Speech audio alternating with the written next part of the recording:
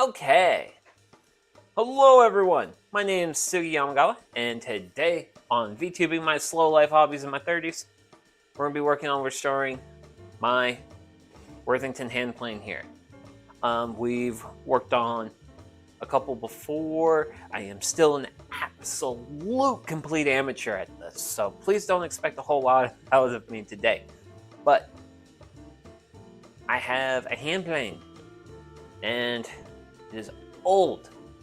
And I actually found a document like shortly before, like a web document shortly before stream, detailing the history, and I think this is a Type 2 Worthington hand plane. So this states this was actually basically made shortly before World War II. And actually one of the big ways I was able to like date this thing is that this adjustment knob is actually made out of brass, whereas I think after World War II, they switched over to nickel-plated steel for that part. So, but yeah, I think we can kind of just do a little bit of review. But yeah, this is my Bailey hand plane.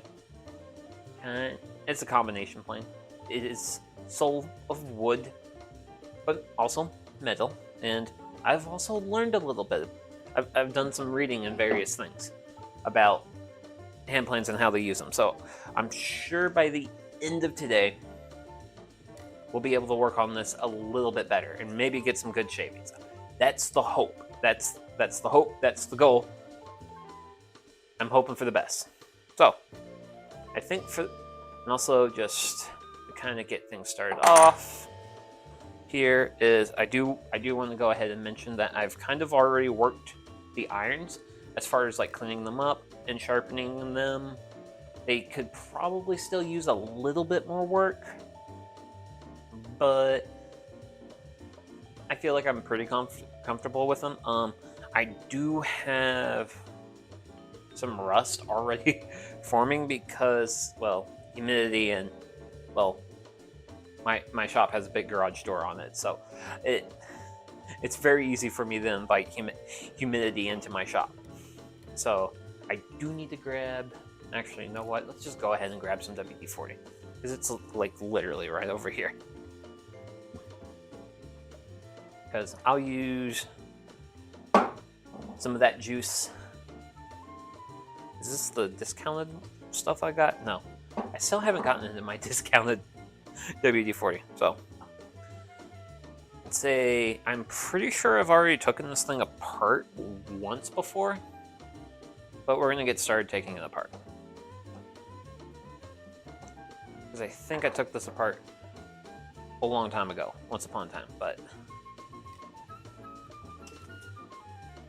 supposedly that's supposed to come out, but there's like a little like screw that mounts into like this threaded rod right here. Threaded rod comes out though. So, see? Threaded rod. Separate, removed. So that's that, and let's see if we can't get the handle removed. If I hold it, I'm gonna have to hold this. People, whoa.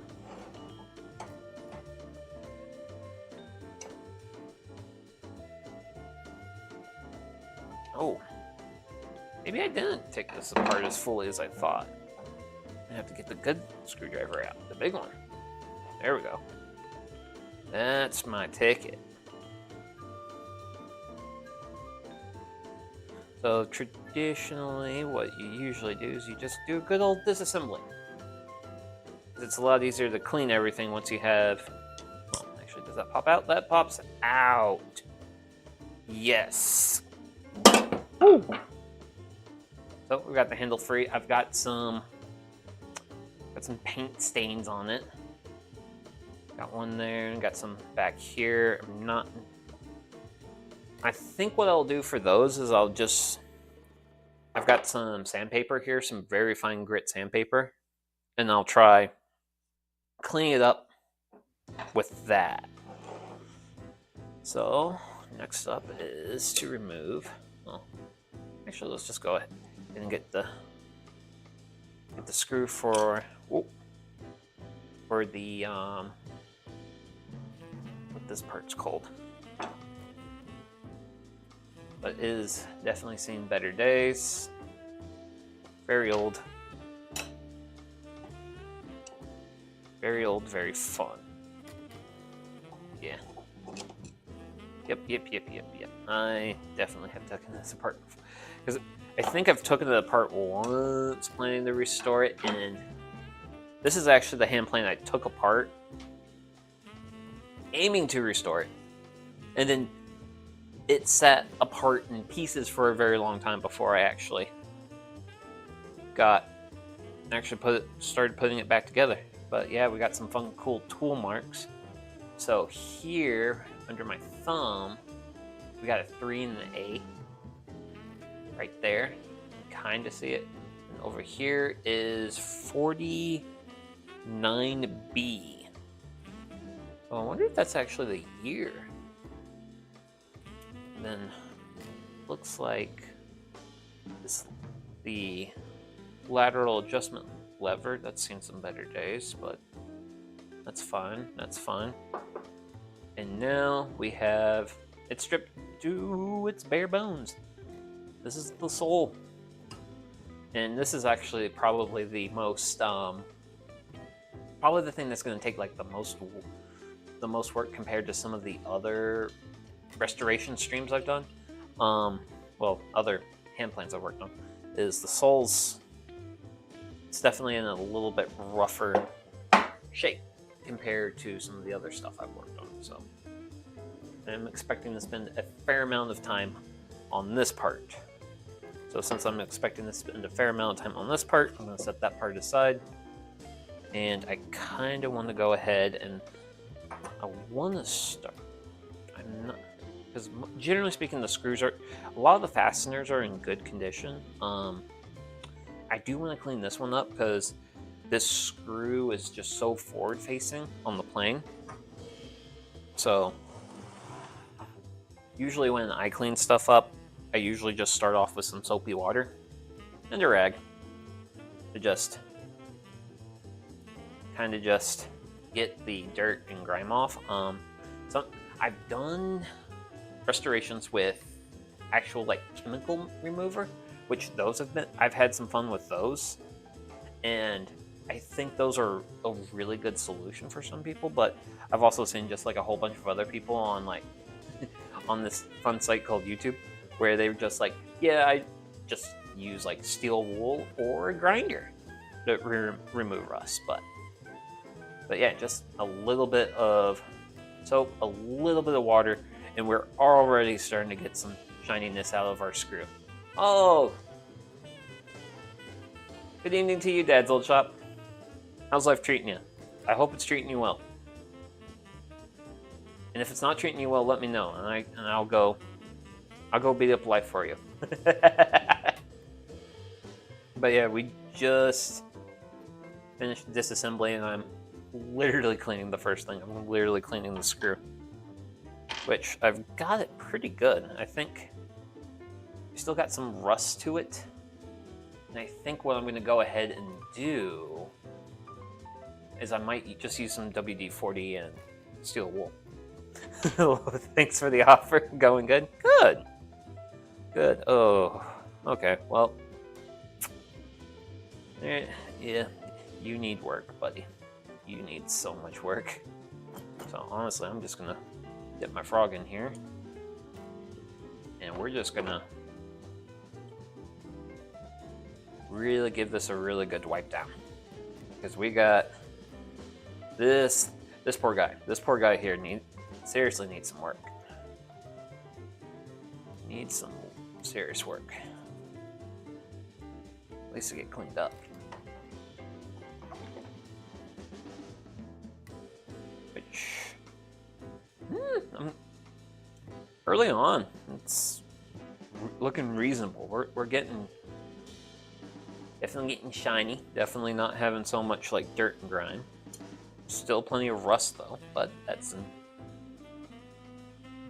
not a big deal. That's reasonably take careable. Let's get to the back here. There's a lot of because the paint on the back side's like Oh man, this is probably like one of the better looking parts of the of the whole plane. But we do have some grime, and I do want to get as much as grime off. Because one of my goals for, well, generally speaking, the goals for my restorations is to not make it look like original, but to basically get it cleaned up and operating, because that's generally speaking what I care about. I care about being able to like use this.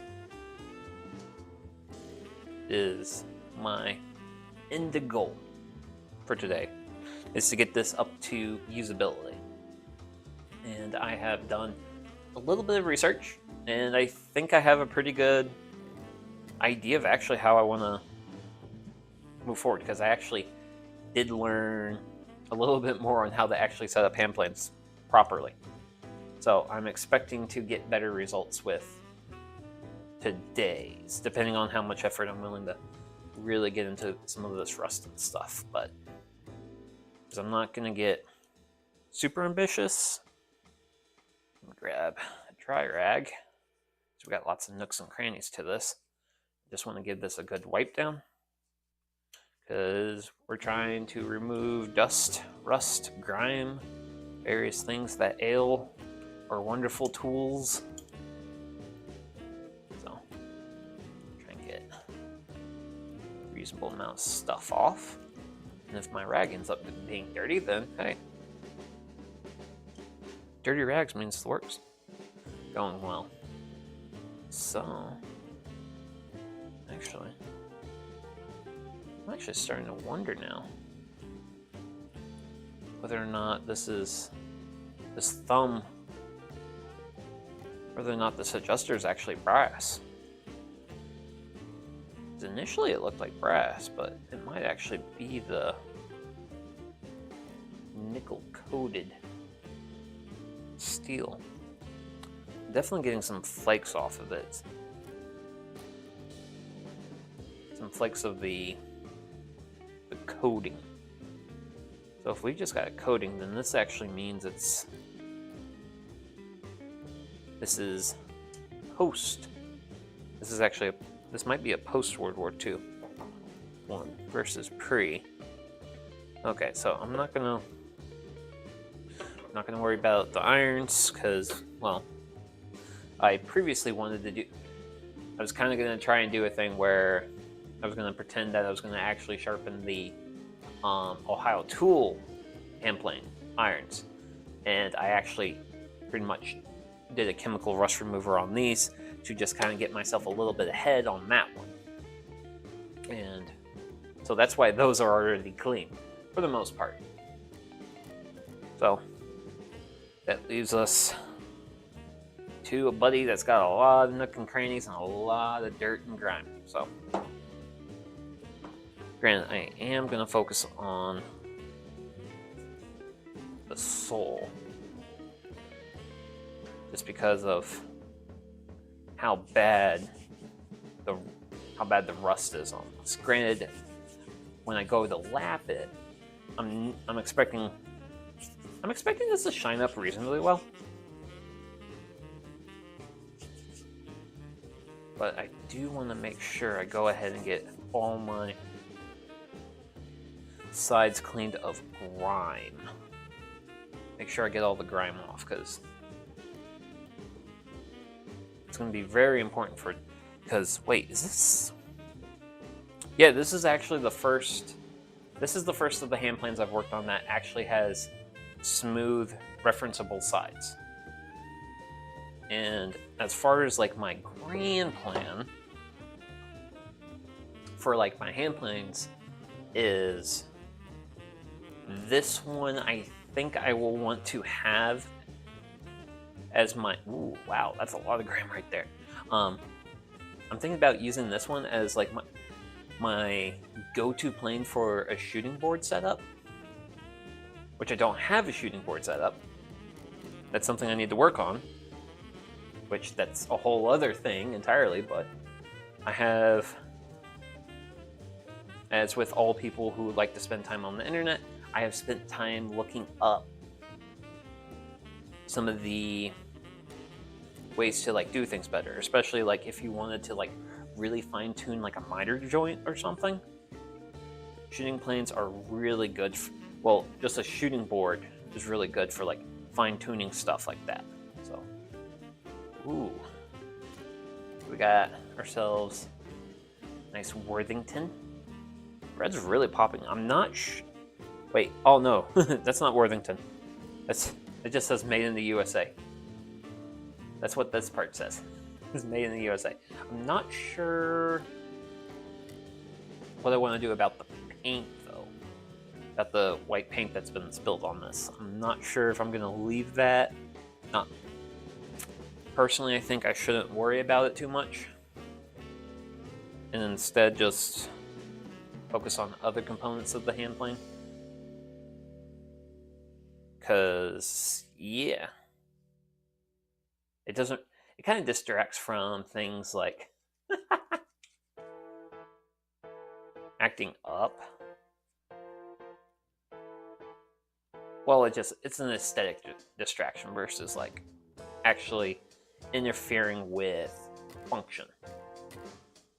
Which I'm not sure if I'm going to worry about that or not. Because generally I'm pretty much like if it works, it works, and I don't worry about things more than that. Granted, I am starting to make my water here a little bit dirty, so at the end of the day, this thing is going to be in a much better condition than it was at the start of today. Oof. Oi, oi, oi. But yeah, that's the thing with these like souls, man. Like, there's just so many like nooks and crannies in different spots, which if I wanted to get like really extra with this, I could probably do something along the lines of, let's see, like getting a Q-tip. I think a Q-tip would be really good in this application, but honestly, I'm gonna kind of just like take my rag and make a little firm ball. I'm gonna just kind of use that to get my nooks and crannies taken care of. Because, yeah. Let's see these nooks and crannies. Oh, you know what? I am a fan of entertaining ideas. And I have an idea. So my idea is to take a screwdriver, wrap it in a rag, and then use that, kind of like dig in and get out. Especially on like either side where these like frog bolts. There's that nook, and these nooks in particular are like really bad for like, at least it seems like they're bad for holding ground. I don't know if it's a lack of paint thing or, let's see, is it, no, actually it is a lack of paint, but it's a lack of paint from use, wear, from the frog being adjusted during use. Then we also have another tool mark. We have right under my fingernail here, we have an A. Pretty sure that's not going to show up. Unfortunately, that's one of the downsides of my setup. I really love this camera, generally speaking, as far as looks, but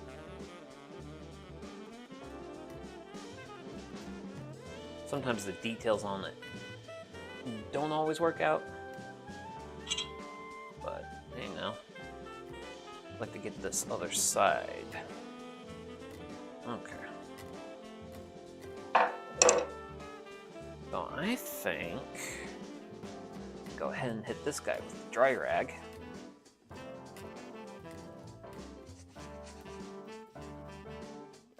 And just go ahead and get it not being wet anymore. Granted, I've seen online like some of these tools will have like tool marks right in here, which I was really concerned about because since I am currently planning to use this as a shooting board plane, and I do need these surfaces to be flat in order for me to use it as such. So I was a little bit concerned about losing any tool marks to lapping, which so far doesn't seem to be the case. I don't think I'm going to be losing anything with that. Which eventually, I actually need to yeet this. Oh man, look how red this thing is. I like how red this thing looks. I don't know if that's like a guy thing or not, but like the red's really nice. Like the paint on this has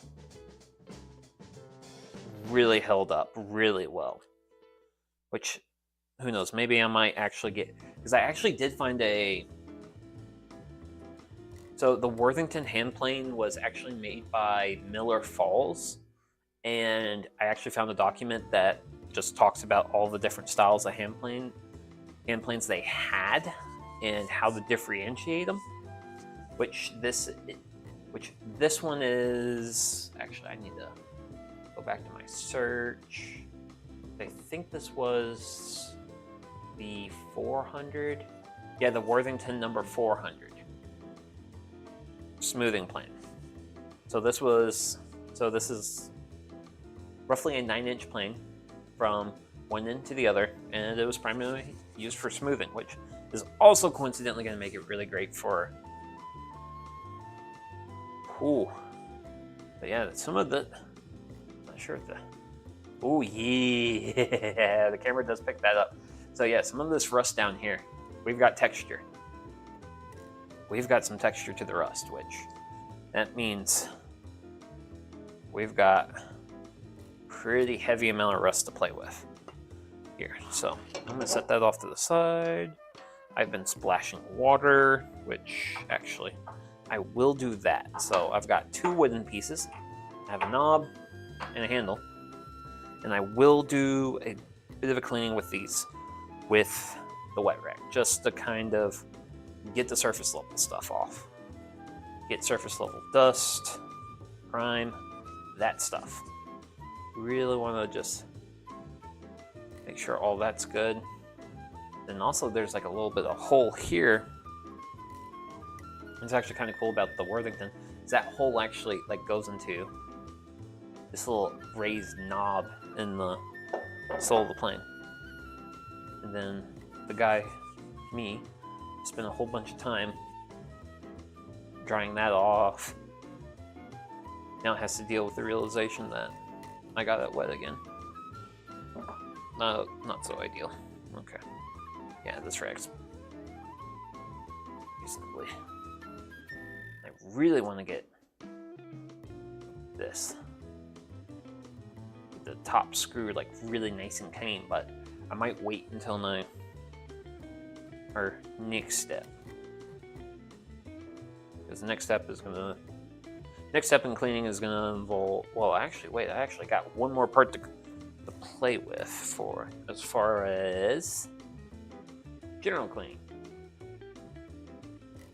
Well, basic first level cleaning. Like if you were to use a chemical compound, a de-rust remover, Evapor Rust, any of those brands, this is actually something you would have to do if you were going that route.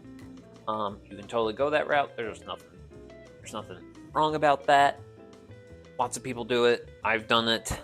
However, though, if I go that route, then it's like, okay, cool, I get this stuff cleaned up, and then I throw it in the Evapor Rust, and there it has to sit for a day or two. Makes for a really, really, really short stream. And I kind of tried to go for a little bit longer streams around here, but I still have the... What's this thing called? The... toe plate? Toe plate. I think this is called the toe plate. Don't quote me on that. I am not an expert. I am an amateur in the garage. I am an amateur enthusiast. Now the biggest thing that I'm doing, that I don't want to do with cleaning this part specifically, is I don't want to lose my decal. I really don't want to lose the Worthington decal. Which Oh, come on. Wait. We can do better. I haven't used... Let's see.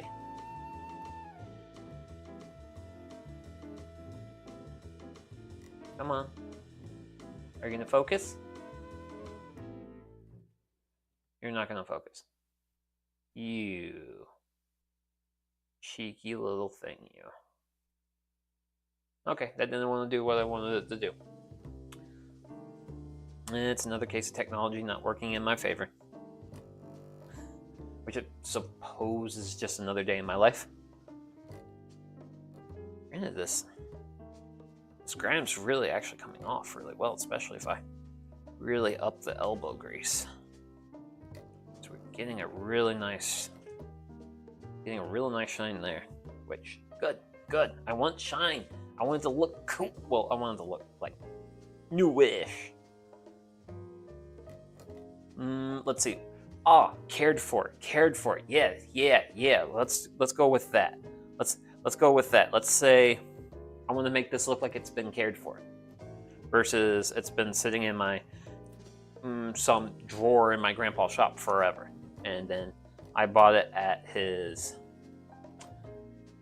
real estate auction, and now it's my problem to keep up the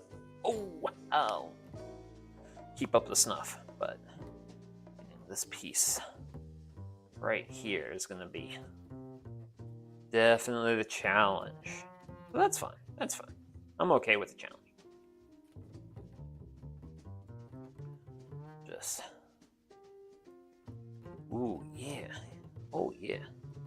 Now I knew there was a reason I was leaving my fingernails long, and that was so that way I could really have the rag around my fingernail and really just like work it over the iron here, so that way we can get everything reasonably nice and cleaned up, which I'm really happy with the top part of this. That looks wonderful to me. Ooh, I got bottom sides to worry about. Okay, well, who cares? So I'm going to continue working my way down. I'm going to kind of... Now we're getting to the point where I'm concerned about the decal. And this is the part where I have to be very careful, because I don't want to lose decal. Which this might be like a benefit if I was going to be like really in. And I think you can also like, I know some people get decals for some of their other like restorations for like other things. Because I know some people like restoring sewing machines. Some people like doing that. And that you can actually get like printable decals for that. As for what I have here, I'm just trying to really make sure I don't lose any decal, because I did think I got a little aggressive earlier, and I did lose a little bit of that decal there. So, wish to avoid that. Now I've got a little bit more rust, especially like here, there, but like that's a world of difference. But now I gotta hit up these sides, the back side of this. Gotta get everything reasonably cleaned up. Which this looks like the sides will clean really easy. Which, good. Make my life easier, please and thank you. I really appreciate it if my life gets made easier in any way whatsoever. Like, speaking of like fun stuff I got to do today, got to go to a customer's house to service their ACs, and this was the first time I'd been to this customer's house, and that lever cap can be used to screw and unscrew the blade from the chip breaker. I'm pretty sure. Actually, let's go ahead and...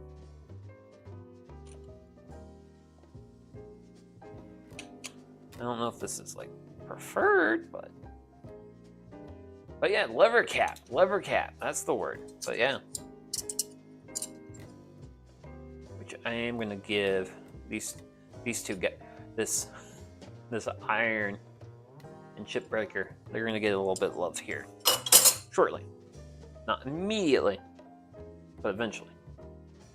But yeah, I've got a little bit, just a little bit of grime and stuff on this backside. We'll get that cleaned up, and we'll actually get out of this open water part of today's excitement.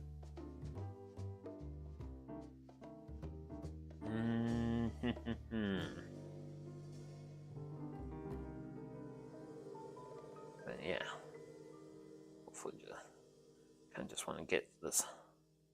It's really rusty up in this under part there. Trying to get that cleaned up.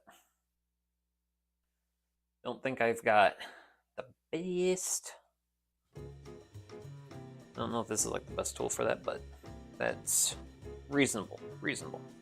So, take my dry rag. I'm just gonna give this a real nice wipe down because I'm trying not to get too aggressive. I don't want to lose my fun decal there. That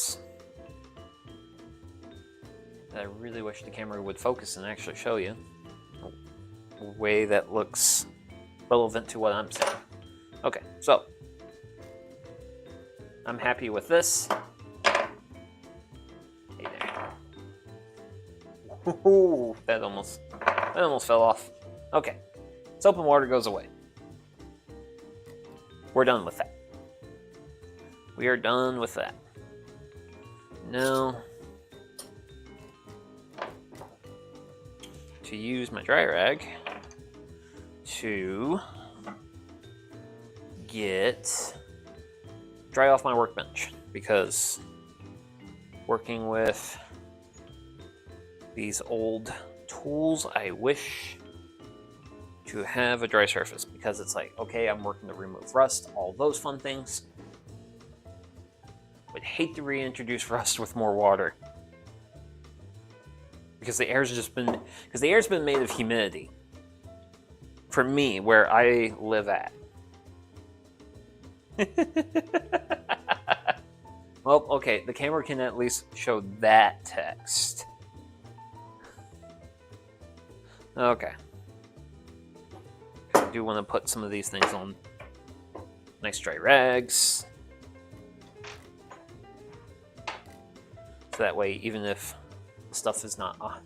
Oh god, outside's just, yes, it's just hot soup. Granted, I will say this, I got a little bit of relief today. Today was the first day we did not have 90s. The high did not break 90s today. It was still humid, it was still hot soup, it still sucked. But it wasn't in the 90s, so we basically got a reasonably more tolerable condition. Hey. Man, who made these rags? I made these rags. Okay, and I still got plenty of... That'll be us tomorrow. Yay! Let's get out of this nonsense. Let's get out of this absolute nonsense for weather. Okay. So, I'm going to start... I'm not going to worry about hitting these tools. Actually, I will worry about this guy. I'm going to start hitting tools with WD-40, steel wool, and then we'll start getting those cleaned up. And this should hopefully get most of the, like, real surface rust. And with WD-40 and some good steel wool action. And also, just a heads up, I do have storms for my location on the rotation soonish time frame, so stream may die if I lose power. And then I'll have a clean rag in there. You guys can't see it super well, but that is amazingly better. That is amazingly better. So, good old juice of the gods and steel wool. I'm just gonna go because so I've got the chip breaker right now in my hands, and just lost the chip breaker nut. Well, yeah, well, the screw. And since because the rust on these two is like surface, it is very much surface rust. Should be able to give it just a really quick scrub, rub down, and wow, nice and shiny. Nice and shiny chip breaker. And we'll do the other side, which I should probably be a little bit more thorough with, but whatever. We're just having fun. Then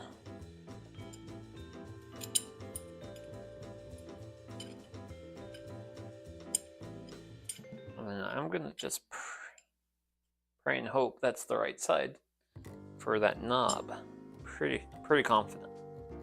So actually, how much?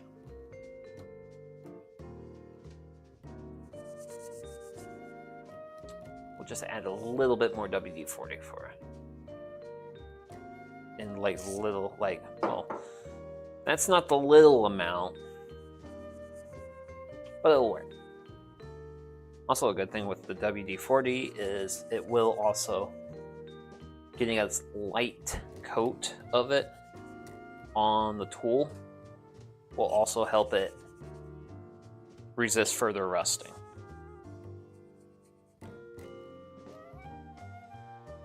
Okay, there we go. Yeah, we're gonna get this.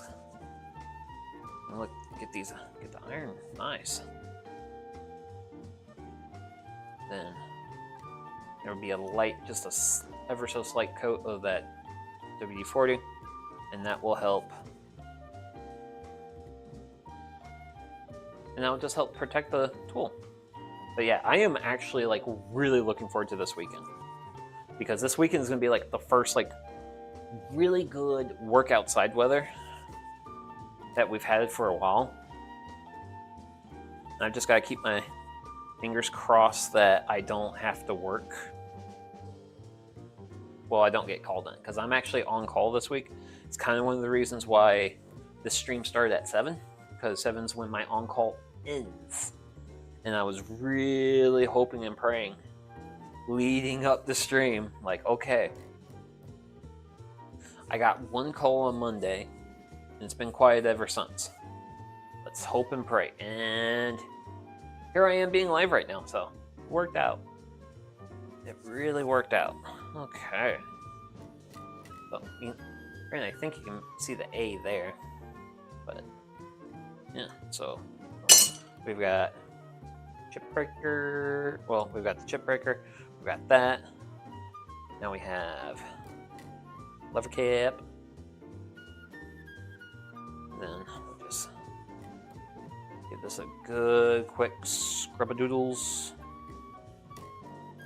Mostly to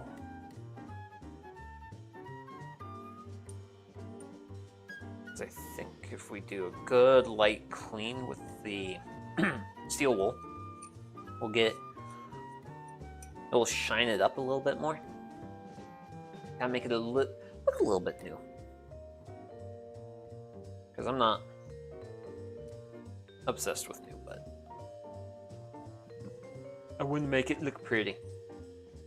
Okay. We got that. Then we'll just grab our rag. And we'll give it and then a nice good wipe down routine, which I don't think we got 100% of the rust, but hey, I'll take it. I'll take much cleaner, much better. And then we just have like a small, good little bit of collection of rust right around the logo, but that's fine. it's worth not I don't want to lose the logo. So now comes the fun part. The frog.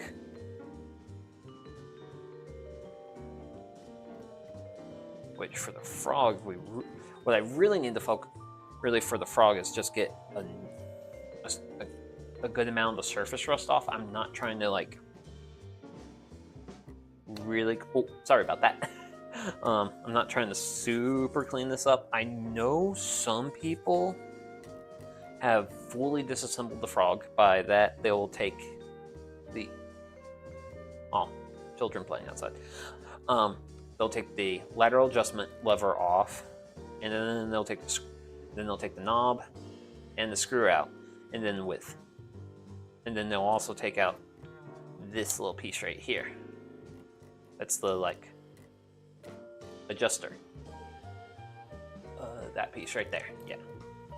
And then with all that taken off, they will then take the frog and they'll flatten it. I don't want to do that. I don't want to, because they will like lap the frog in the same way that I'm going to eventually be lapping the sole of the plane.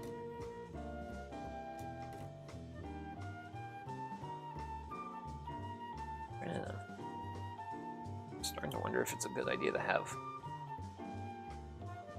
I'm getting a fine coat of steel wool dust over everything here. But this frog is going to look so much better. I think this looks a lot better versus what I started out with. Now the lateral, I'm pretty sure this lateral adjustment lever, that's just, yeah, it's plated. So if I get aggressive with that, I'm just going to lose the plating, which this is also plated. So I'm just going to be really light. Yeah, I'm not going to get aggressive with it because I don't need to be aggressive with it to get it to working condition. So I think that's enough of that. So it's just some good old rag time.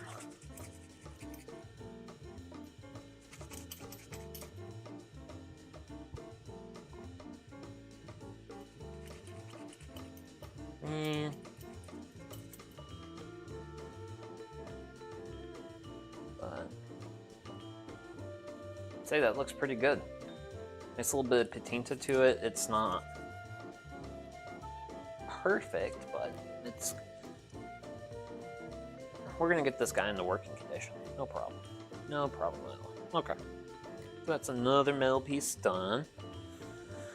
Now, since I have some. Ooh, wow, I actually feel that texture. Okay. We've got texture to this little of the hand plane. So, definitely gonna be getting my steel wool in here. And we're gonna really give this a good old elbow grease to get this kind of cleaned up, because the more stuff I get off now, the less stuff that gunks up the sandpaper later. Granted, let's say based off my initial results,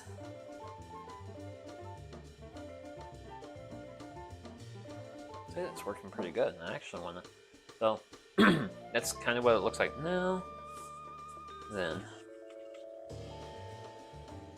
give it a good quick wipe. And there we go. We actually have some shine to it. But you can still kind of see like the texture going on. So I think we're gonna just go ahead and do another round for the bottom. Some of that looks like patina rust. It'll get scratched off, yeah, not too bad. Yeah, patina rust ain't too bad. I'm not too worried about that. It's just I'm also a little bit worried about some of the, because you can see patterns, and it's those patterns I'm worried about. Granted, those patterns will probably get lapped off later, but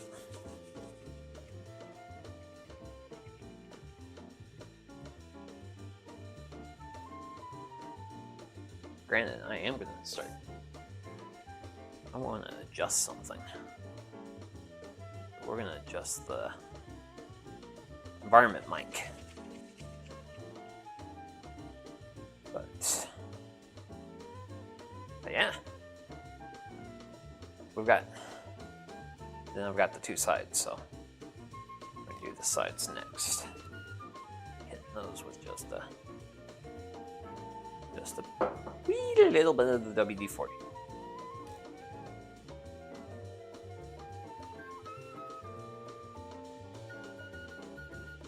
Look at this.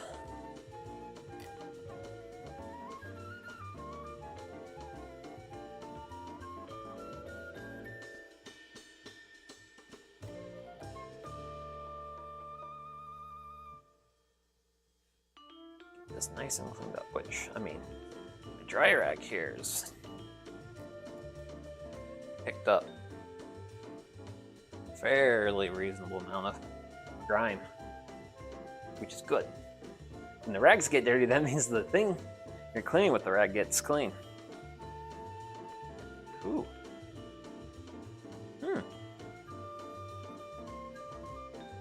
Well, that's that side now, so that looks reasonably okay-ish, and then we'll flip it around and you can kind of see it's kind of like dull and very uninspiring.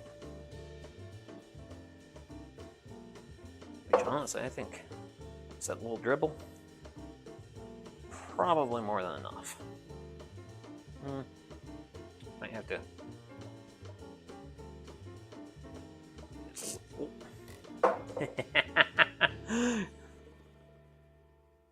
Not trying to soak this thing in WD-40, but hey.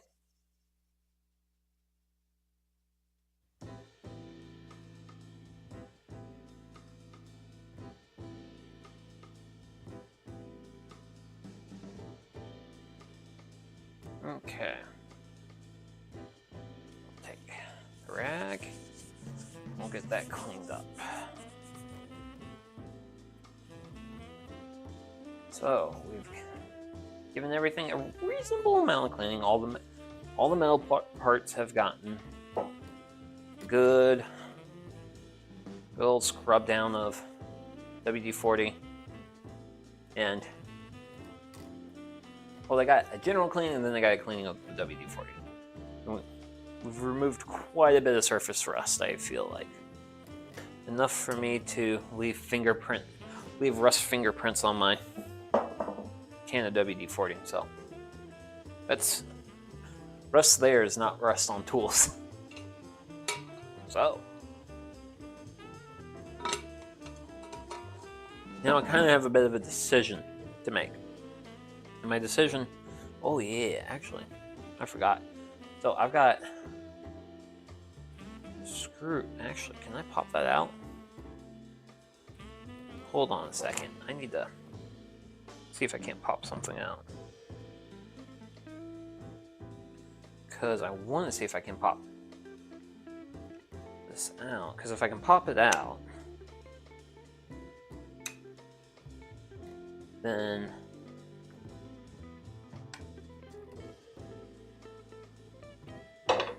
is this a thinner blade?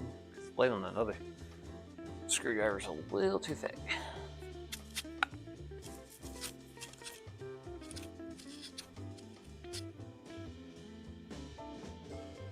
Because I want to clean the top screw, but what I want to clean is this screw right here. I wanted to get it out because it would be easier to clean if I got it out. So I'm just going to get in there with my WD-40. Well, my WD-40 soaked steel wool and kind of get in there and hit it with a little bit of the elbow grease. And hopefully that'll be enough to kind of make it better. Well, I can already see the difference. So It's not great. I could have got it. I could have got that a lot better if I was able to remove it from the handle. But as we can see, he actually got a little bit of shine to it. Whereas like this one, that screw cap's just as dull as can be, and you got a little bit of a shine. So, improvement. Yeah! Thumbs up, go that way. Oh no, I'm looking like a mechanic. I don't want to look like a mechanic. I don't want to become a mechanic. I don't want to work on cars. Cars are boring. I want to work on tools and my life. That's what I want to work on. I want to work on me. Great, and that's also like kind of what we're doing here is like I am building on skills that I don't have, and also I build skills for building, well, for showing love to tools. Then I can build actual woodworking skills. Which is the grand plan. That is the grand plan. Is become a little bit better of a woodworker. Eventually. Someday. Don't know when that day's gonna like really ultimately become, but okay. That one didn't polish up at all. Not at all. It's a little bit sharper, not as like dull, but okay. That's that. Great. Great. Okay. So we got kind of everything laid out, kind of got some stuff cleaned up. We're looking really good on all those fronts. Now, the question for myself at this juncture is, admittedly, this paint, this white paint. I'm not entirely sure how I want to handle this white paint, because I've got some fine sandpaper with me, which I'm sure that will take that off. But I also really don't want to go through the effort of restaining the handle. I'm willing to be a little bit ambitious to get a better result, but I'm not willing to get too crazy with it. So let me get a sheet. Oh wait. Let me get a sheet of fine sandpaper, which I don't think these are sheets of fine sandpaper. Huh. The container was labeled. Oh wow. Oh, there we go. There's my. There we go. There's a nice sheet of 220 grit sandpaper. But yeah, I bought this thing of like supposedly fine sandpaper. Granted, I bought this at a real estate sale, but the guy was storing other sandpaper grits in there, which is technically fine because that's just more sandpaper for me. So what I'm thinking I'll do is I've got this little bit of white paint on this toe of this handle. I'm going to use some sandpaper. I'm going to put some sandpaper to it, and I'm going to see what results I get. I'm going to see, does it get the paint off? Does it take too much other stuff off? And there's the result. So the result is, it does take off varnish. So, because it will sand to the wood, but it will get the paint. It will get the paint off pretty easy. So it's just I will lose the. Oh, I will have to like gosh, what's the word? Reapply the finish to that, and I'm not into I don't want to reapply the finish today. Words, they're challenging. They're very challenging to me. So, since I've got most of my tools cleaned up, well, most of the tool cleaned up. I feel reasonably good about things. That better not be water. I hope that's WD-40. I want WD-40. So, what happens next is I make room. Because I'm bringing the slab in. Gotta make way. Gotta make way. Because here comes the slab.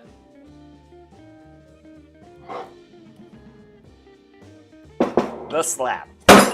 Woo! Slab of granite.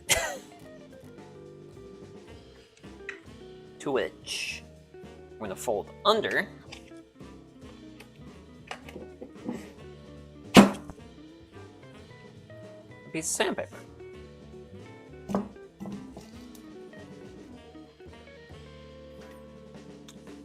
And under the next side.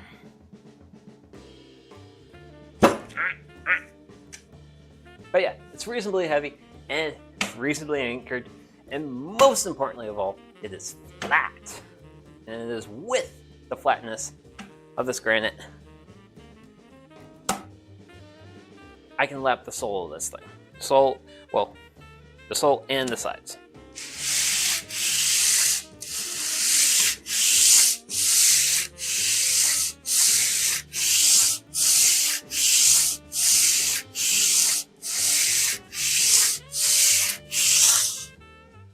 And then there with just a little bit of lapping. It's looking real shiny. Granted, I still have a lot of streaking, but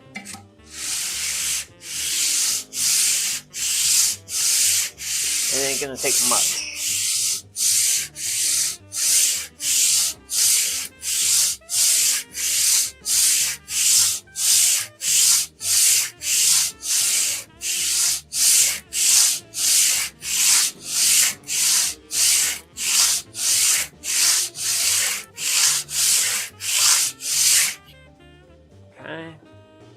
I don't like how my paper's acting up, so I'm gonna fix that.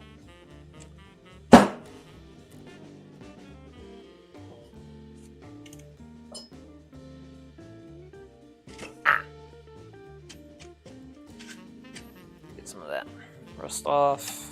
Well, metal. We're cutting into metal now.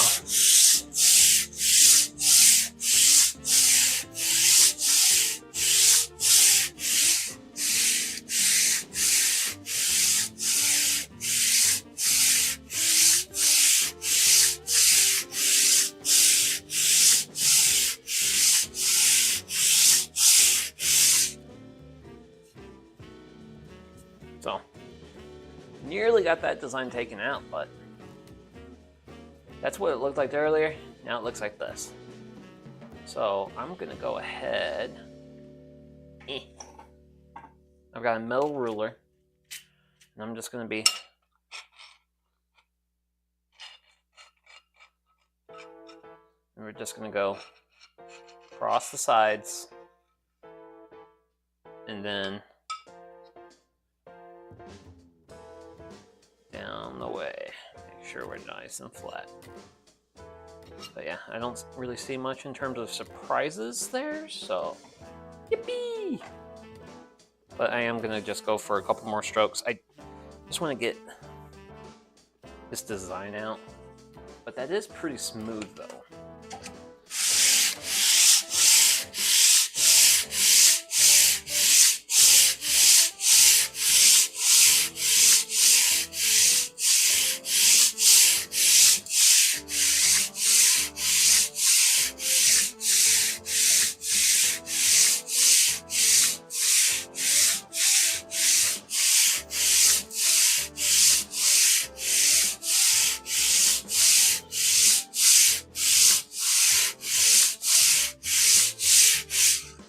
Okay.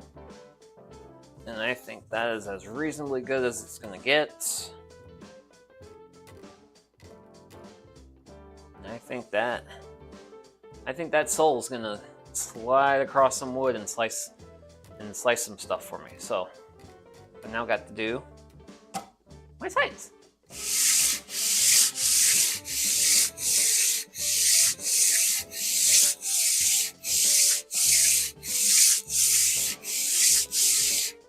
Which I can see my sandpaper kind of getting a little bit dusty.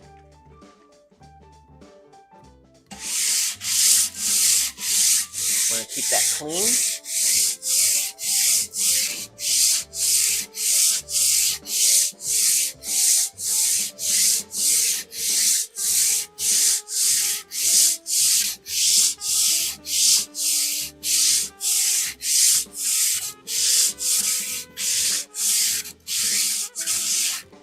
Okay.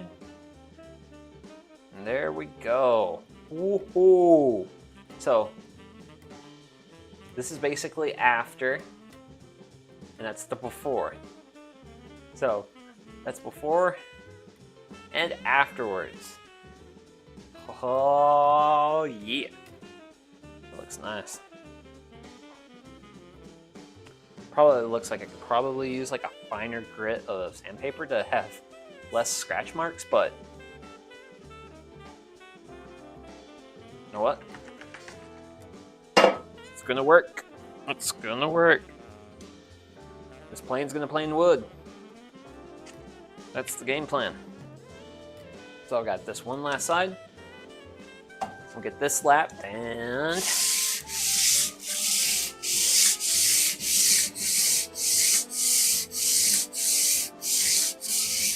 yeah, it's looking nice.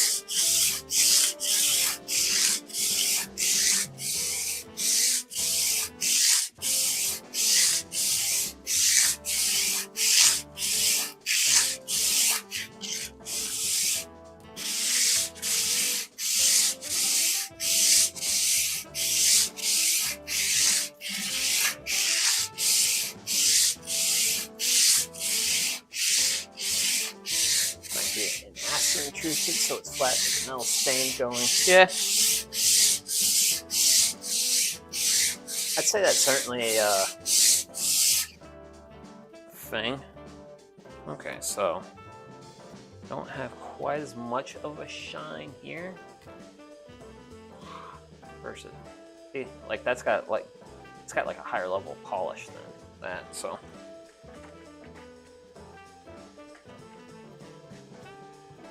I'm just gonna reset my sandpaper.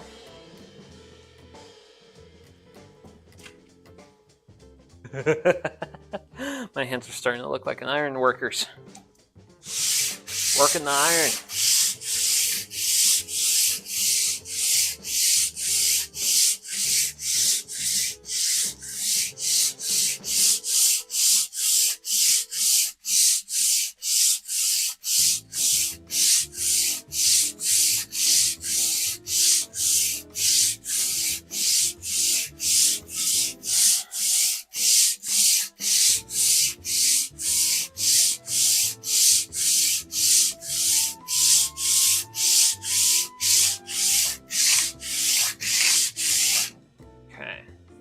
Okay, I'm reasonably happy with that. Yeah, because that's got a nice sheen, nice luster to it. Sort of like the other side. Then we do bottom side.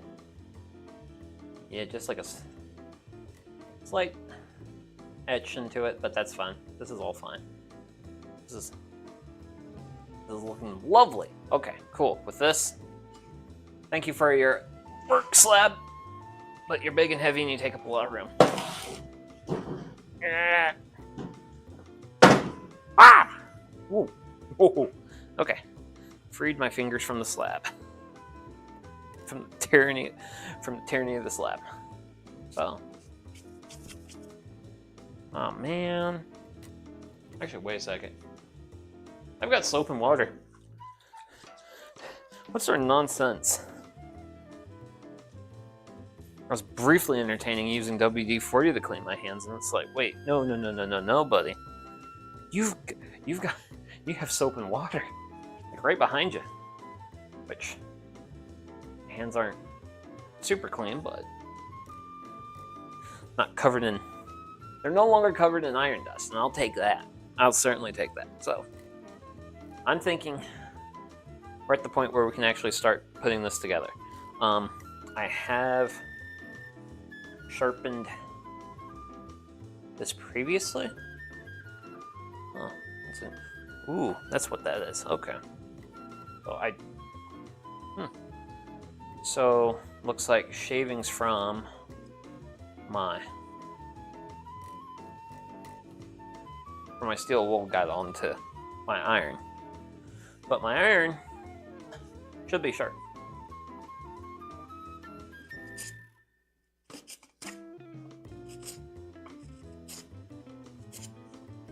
So that's that grain.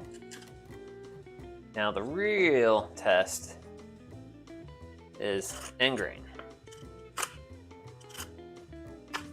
which is a little bit choppy on, but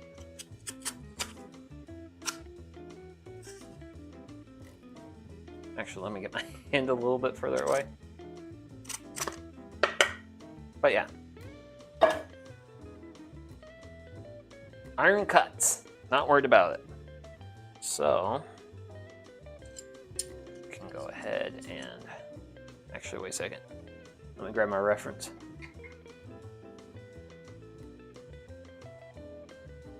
Yes, that's how the reference. Thank you, reference. So I'm gonna get my chip breaker right up to my edge, just a little bit. Kind of see a little bit of a thing there.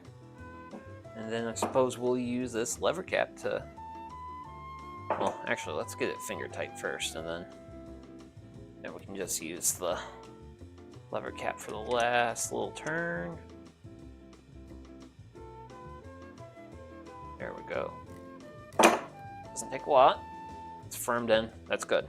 So, iron chip breaker, assembled together. Ooh, what did I do? Oh, is this right? Yeah. Right. Yeah, there's my pieces. I was looking for my pieces. So, go ahead. I think, what was, ooh, is that a power slicker?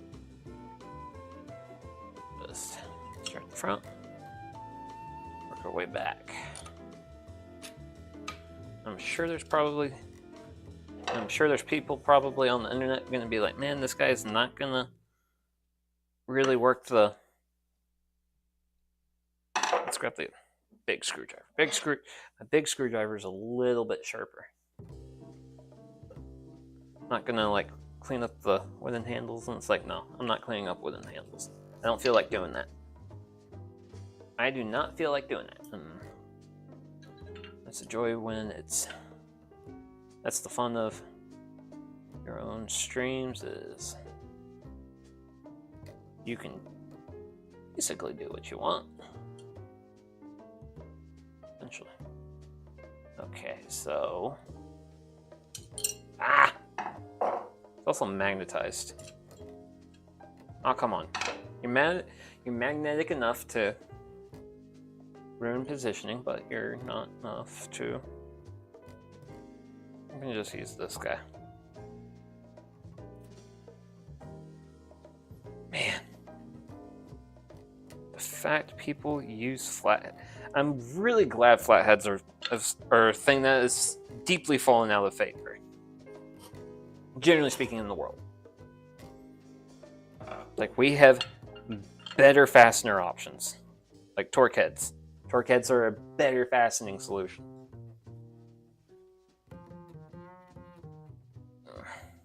Yeah, that's the thing. It's not...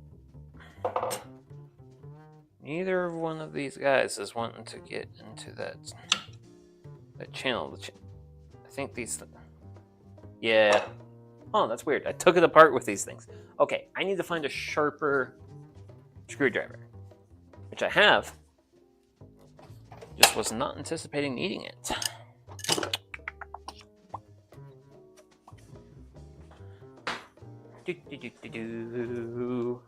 Sharper screwdriver acquired. So this should be more than sufficient. So I'm just gonna get that in there, and I'm gonna get it in there lightly. Lightly being the key word. So what I want is to get the other one in, and then I want to tighten them both down together. I don't want to fully tighten one down and get things kind of skewed. Because that can happen with fasteners sometimes. Is if you try to get like one fastener cinched in, like really tight, the thing's gonna have no play when you go for the other screws. It's better to get all your screws in, so that way everything's like reasonably lined up, and then you can tighten things down. Because these are the frog set screws. That's what those are. Those are what holds the frog to the thing, which I'm already seeing an issue. And that issue is I don't think my frog's fully lined up. But that's fine.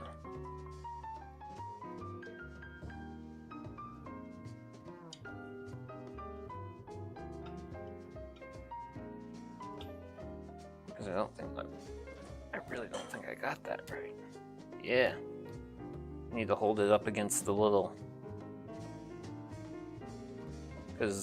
So what we have here is this rest, the one I'm pointing at right now with the screwdriver. I actually had a gap between the frog and the rest earlier, and I saw that and I was like, I don't think this is going to work too well. Because what this magic thing does is if my plane iron is skewed either left or to the right, this lets me adjust that. And that's good for small adjustments, but not big adjustments. Which this is actually going to be like the big test for me at the end of all this is, can I get the hand plane dialed in and adjusted and get some clean shavings out of it? That is going to be the thing that scares me the most. So this, I think I'm just going to aim for okayishly tight. I don't think this needs to be like super tight. So my plane iron goes in like so. Let me double check. So I don't want my plane iron protruding.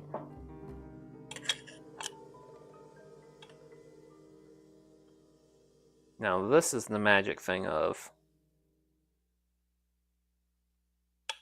how I wonder. So I actually don't have enough, because this screw is not enough out for me to adjust that how it is. Granted, I am presuming, so I am making a really big presumption here with the Worthington, and this is also a reason why I have the reference plane. This is the reference plane. This is my unrestored, still looks the original way I bought it from my grandpa's shop sale that has this broken handle that I'm really unsure how I want to go about it, because part of me wants to just glue this in, because I kind of want to just glue it back together and see if it holds, but that might be a little bit too much optimism, I think. But this is the Stanley number 5, and I'm presuming it's set up the same way, which now that I'm looking at it, I do have some exposed threads to my screw. So I'm gonna back this screw out to give me a little bit more room.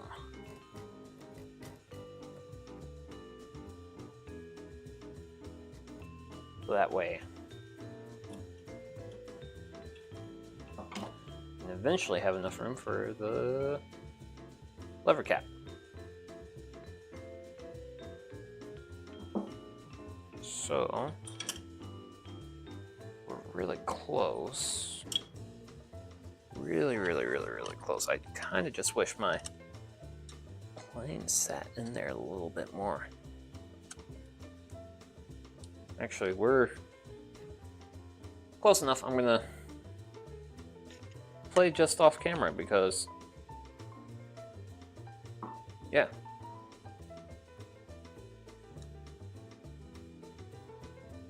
Let's see. Oh, yeah, I don't. So I need to back my plane off. Back my irons out a little bit.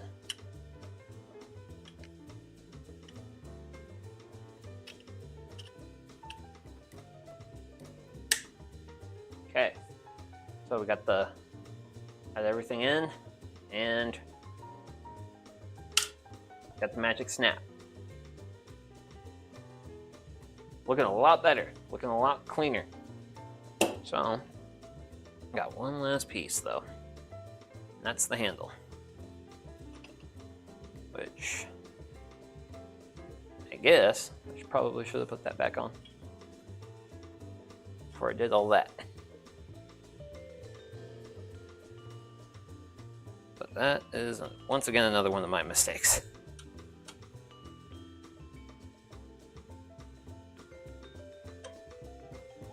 Whoop.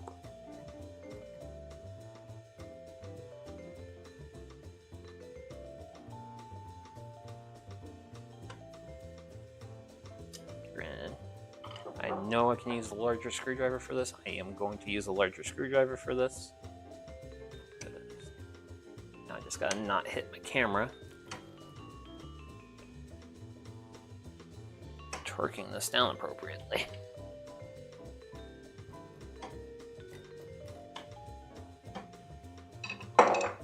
Man, that screwdriver's been nothing but trouble today.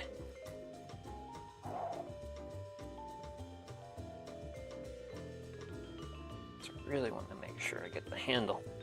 Gotta have a tight handle, man. I don't want to fly off your handle. Okay.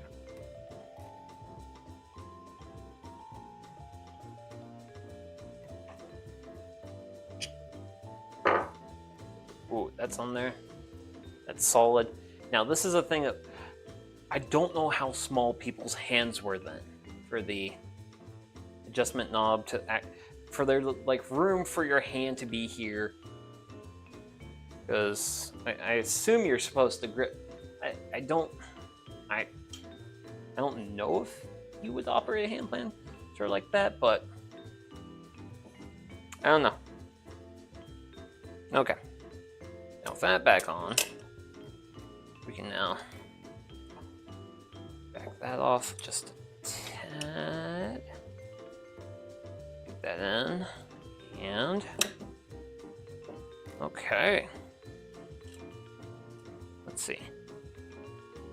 Ooh, I still feel my plane iron when I, oop.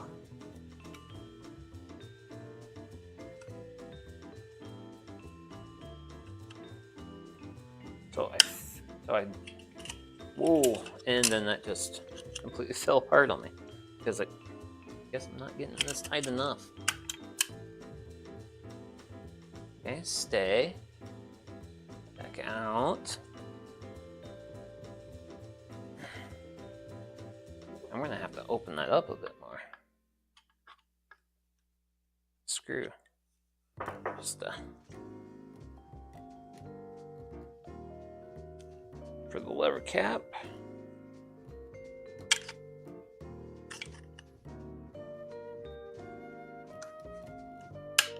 There we go. Okay. Ah! Why is it? Because what I'm trying to do, I'm trying to not have my plane iron stick out. I'm trying to get it close, but not quite. And that's the hard part. Because I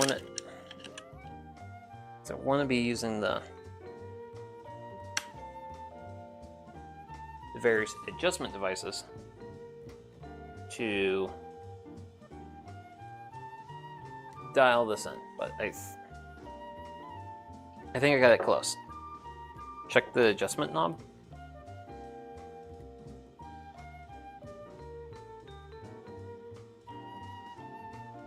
Ooh.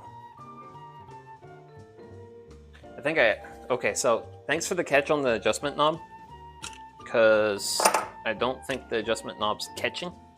So I have these pins, and then I have that sleeve. I think those pins are not supposed to, those pins are supposed to be in that spot.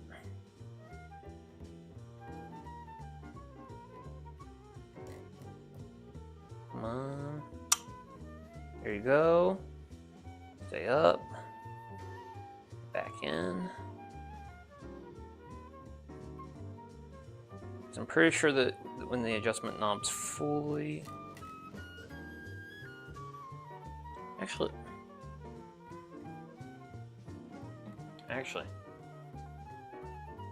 Yeah, that's actually how that works. Okay. Okay. Gosh, I love having a reference.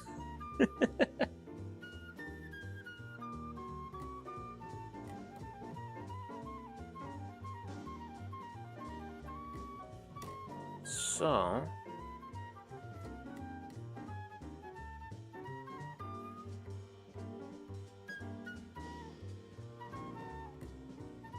that's now correct, ideally. I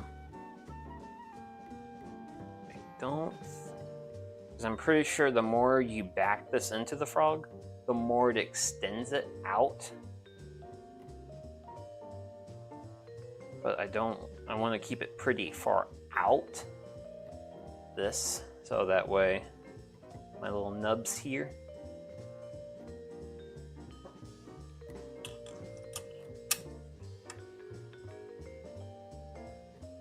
Okay, so we'll do that.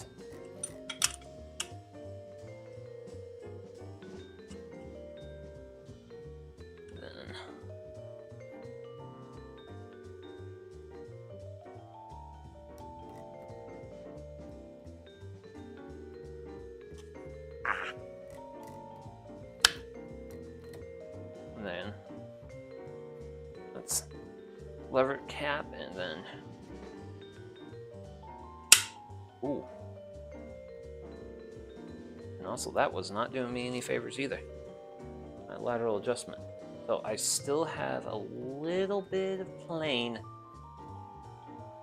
iron sticking out, but I'm going to call it okay for now. So this is kind of what we're at. So it's a lot shinier. You see lots more shiny. Looks a lot cleaner. Looks a lot more usable. Looks like it's in a better condition to be used. So we're gonna go ahead and I'm gonna set up some wood here in the vise, and we're gonna play around and see what we can get. But yeah, so this is the fun part for me. Hang out over there, Stanley. Because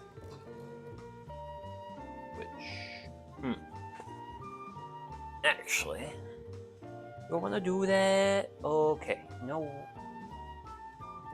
Yeah, we'll do that. What can I do? What can I do? Actually, I can do that. Oh yeah, that's perfect. Okay, I choose you, distraction sumac. So while the distraction sumac is on screen, I'm gonna move my camera. So it's a little bit closer to where my vise is, and you can kind of see a bit more of what we're going to be doing down there. And then hopefully I can kind of get this reasonably adjusted. Okay. I think we're pretty good. Thanks for doing your job, distraction sumac. Okay, so we're a little bit further down. Granted, my workbench does have some level of flexibility. We do have some level of flexibility here. So, I think for just general testing, we'll just use a nice small piece of pine that I do not care about. This is all scrap, by the way. I know I should be a proper woodworker. I should have scrap pieces of wood in the vise already. It's not hurt work pieces, but this is scrap. I don't care. So we're gonna do our first pass, and we're gonna see what we get. And okay, so if I hit the end grain, I get nothing. So if I go in, ooh, okay, so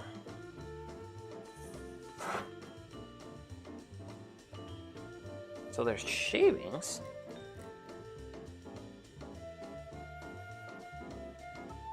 Okay, so I'm gonna back in my iron a little bit, see what we get.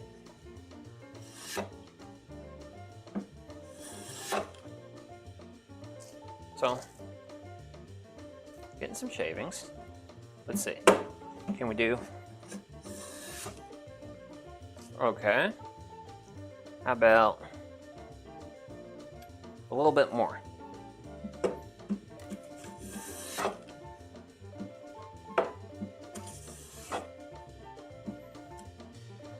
See? Oh, and then it released. My lever cap released.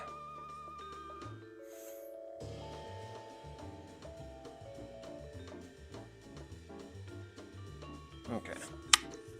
That seems reasonably solid. Okay. Let's see what we do. So, if we start off at end grain, really does not like end grain. I think with me adjusting with that lever cap, and back this out.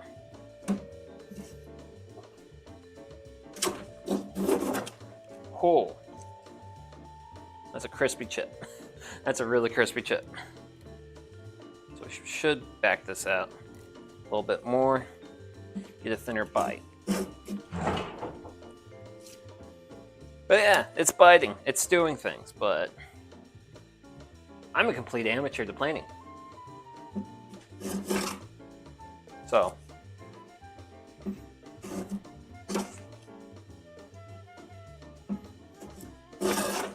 granted, I did screw myself up earlier because I did round over this corner. So, and I think my shavings are still, I think these seem like pretty thick shavings, so we'll just back that blade out.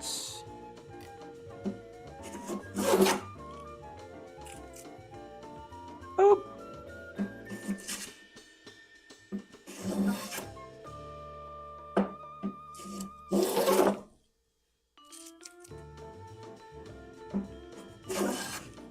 Granted,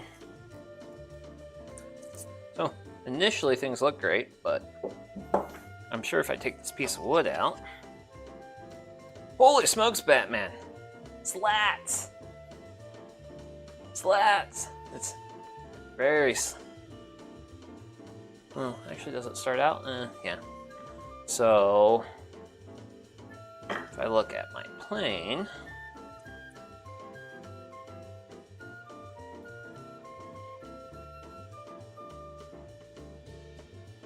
so if I move my lateral cement knob over to here, should help me take care of that high side. That's what we had. So let's see what we get this time. Okay, so we're only took from that high side.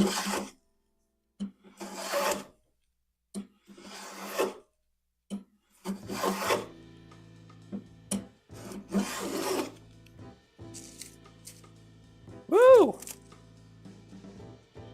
Getting some nice papery shavings though.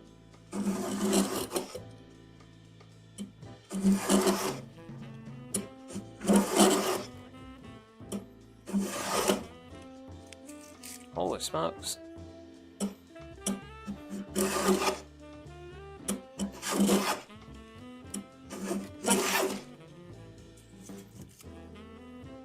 Which I'm reasonably impressed.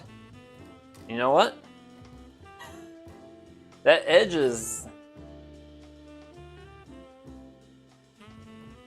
It may not be... Okay, you know what? You know what? We're here. We're having fun right now. And I'm disturbing my iPhone by grabbing my tri-square. Whoa. Hey. I was looking at OBS, man. Okay. You know what?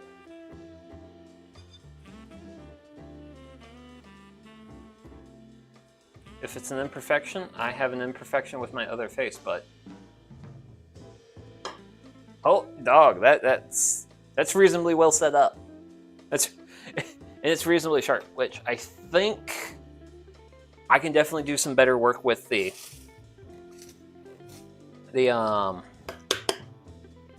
iron sharpening, because it's been interesting, because I actually have been doing quite a bit of research into hand planes, and unfortunately I'm learning two things. One, I might want to sharpen to a higher grit, because I only sharpened my iron up to 1000 grit. And number two, I need a heavier workbench. I think that's, well, actually, wait a second. What I should do, admittedly, that I didn't do before, is I should have anchored it. Because it's on casters. So that's one. Ah, the other wheel's in a really bad spot.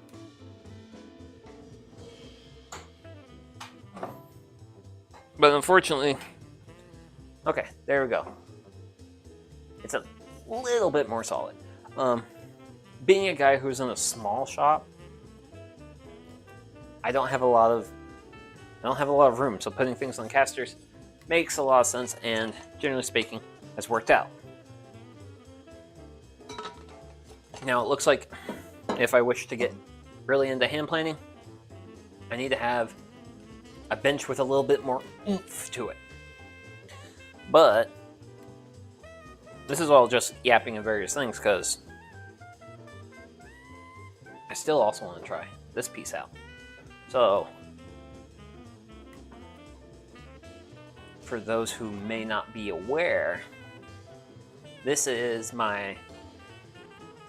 basically my sacrificial sassafras piece for testing out hand planes, which we've used this for, and I really want to get the camera like a little bit more on it. That's better.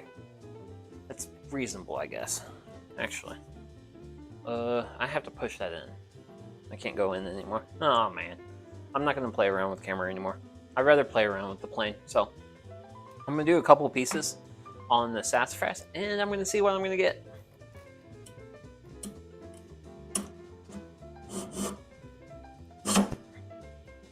So, reasonable.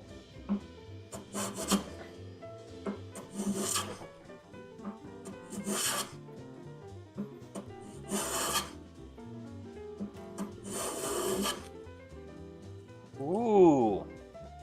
That's some nice curls. Let's keep this going. Which I do like now. Looks like a good setup if you have it. Yeah. I lack wax, but yeah, I'm actually reasonably happy. Like, this isn't like super thick, but yeah, wax about. Ooh, wait a second. I don't have wax.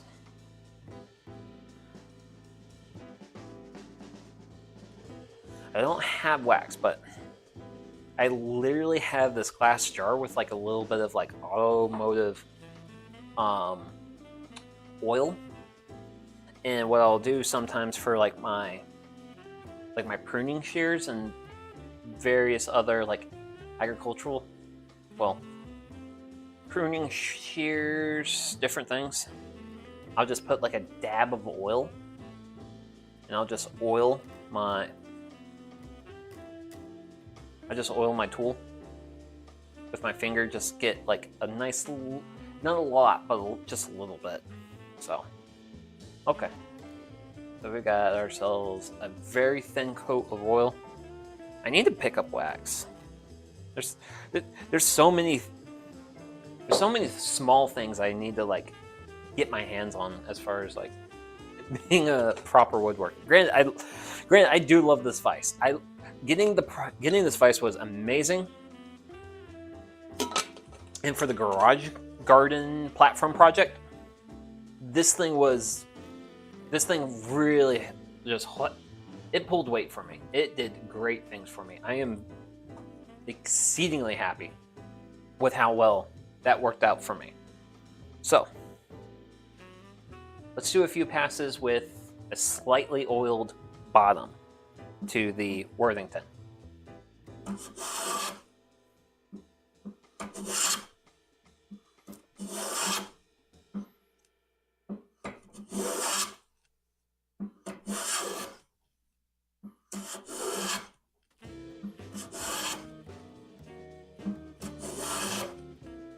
Ooh. Okay, a little bit of a jump there, but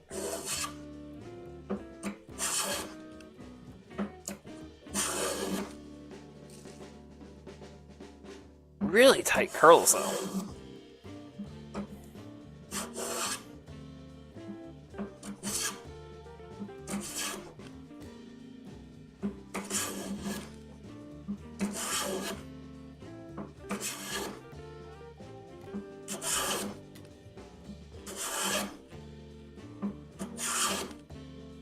And I just had to, it's real fun taking, I feel like there's reasons why I like using the sassafras, and a lot of what that comes down to is the simple fact of whenever I cut or work this material, it makes the shop smell like root beer. Like I like how, man, I love the fact that I actually watched a I think it was a Rex Kruger video of how to set up a hand plane. But look at that, like, and best of all, it smells amazing. It smells absolutely amazing. Now, oh yeah, that's, so originally this hand plane was meant to be a smoothing hand plane. So basically you have your surf, you have a workpiece, you have a thing, you're working on it, and you want to get it nice and smooth. Like, my goodness gracious, this feels really good. I really like the feeling on it. So I gotta say, like, really happy with how this thing's working out.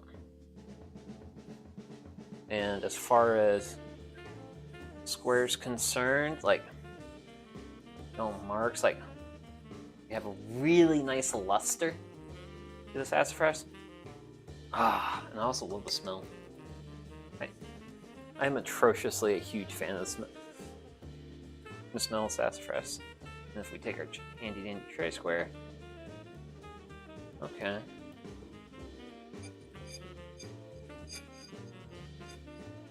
We don't have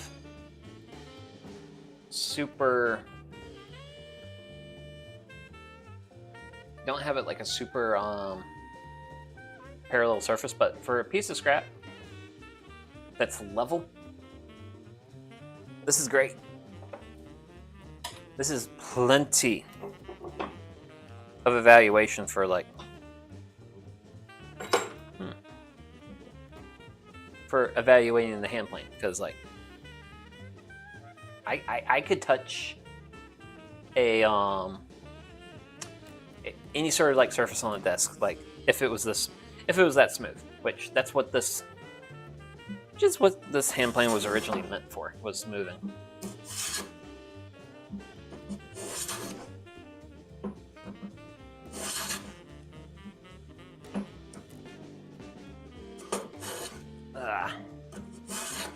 It's just a bit too much resistance on the start.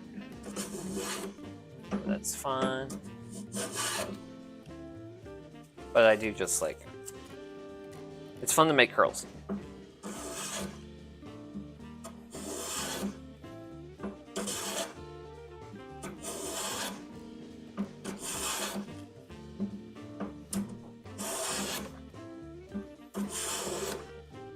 Also, I'm a huge fan of the smell of root beer, so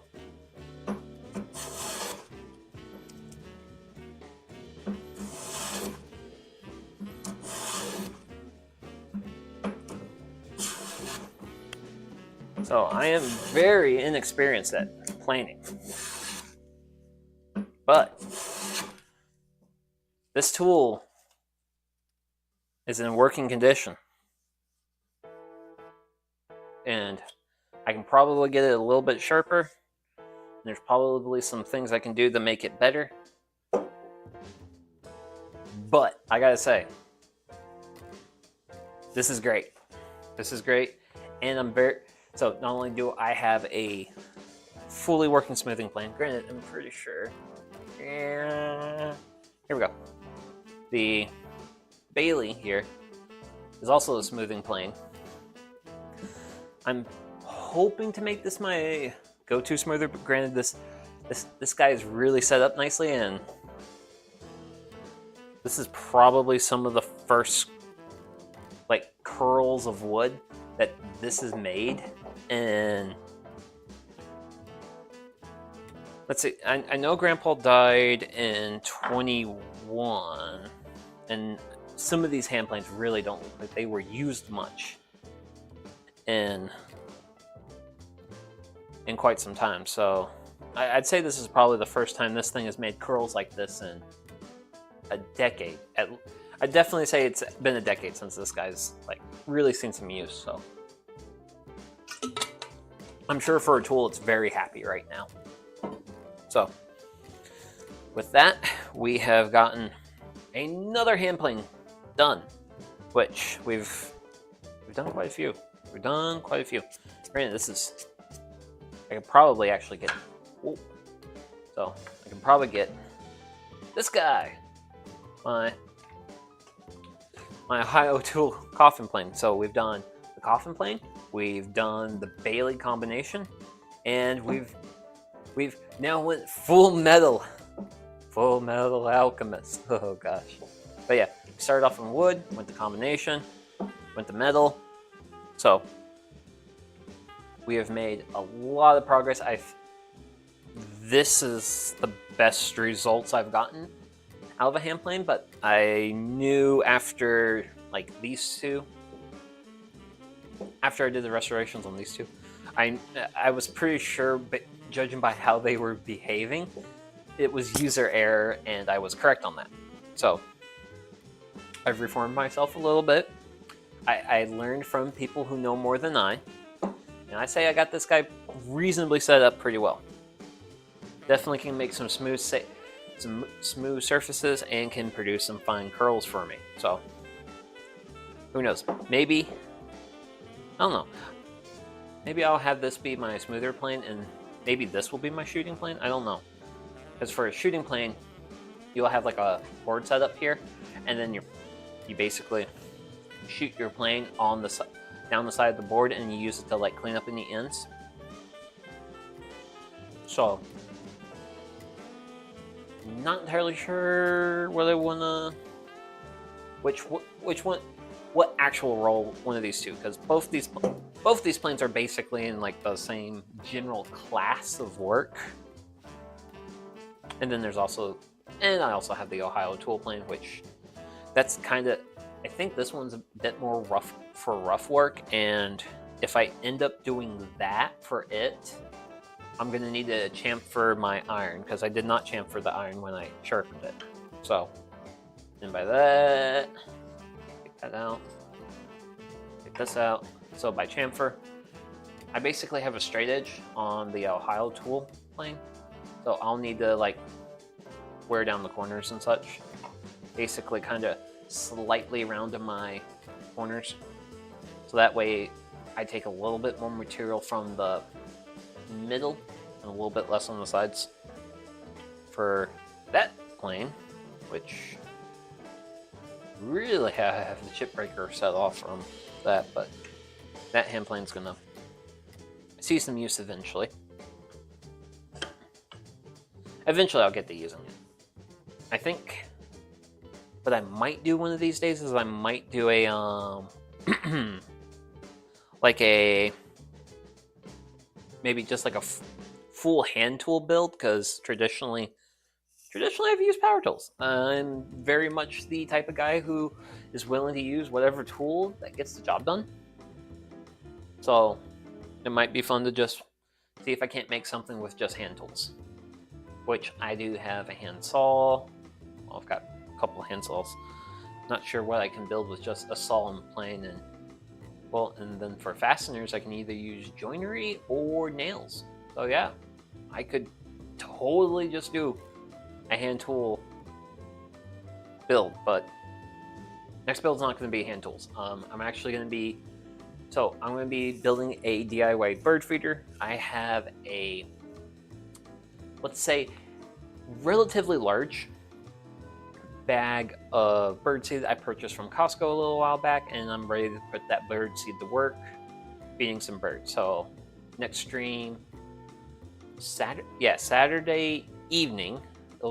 It'll take place a little bit earlier than what tonight's stream took place at, and we'll actually be doing some woodworking, and we'll be making a bird feeder. So that'll be then. I actually have to go to Lowe's. I need to buy some acrylic for that. But yeah, oh, that's smooth. That is smooth. That is great. Oh man, feels great to actually like really breathe some life into a tool and make it usable again. But yeah, so